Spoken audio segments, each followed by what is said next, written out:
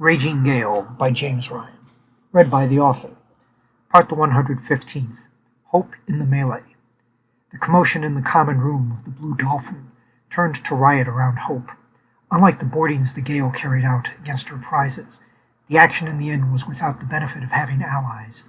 Each man was for himself and could not count on quarter being given. Hope found it one thing to be in the midst of an action, surrounded by shipmates engaged with an enemy, and another to be in the chaos of an all-out raw fight. The fury in each man's face, every single one of them a possible opponent, struck tremendous fear in her heart. Behind her lay the only safe passage, towards the door to the yard out back, one in danger of being denied by the creeping chaos before it. Hope dashed for it, desperate to miss the worst of the melee before she was awash in it.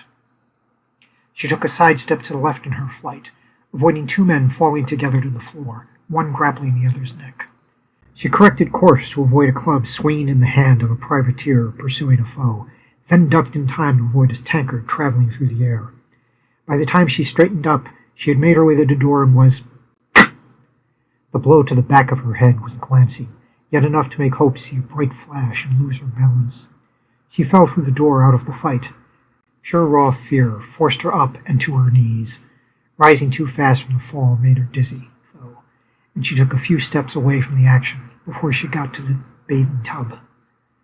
The ground continued to spin as she grabbed the edge of the tub, her sight fuzzy, as the bright spots in her vision winked in and out and started to fade. Her heart raced as she heard the melee through the door, the sickly squash that comes with flesh being battered, with the cracking of bones from time to time.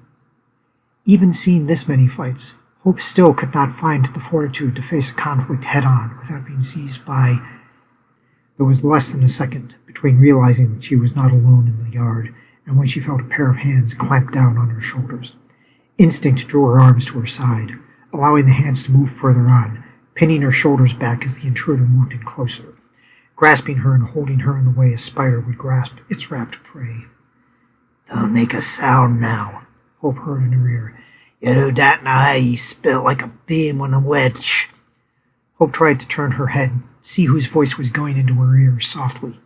She succeeded in glancing at him despite the smell, the rum on his breath making it hard to look at the man in the eye.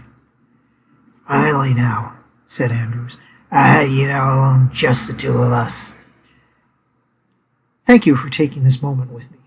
If you want to keep up with new chapters as they get posted, please subscribe to this channel and click the bell icon for notification for when pieces go up.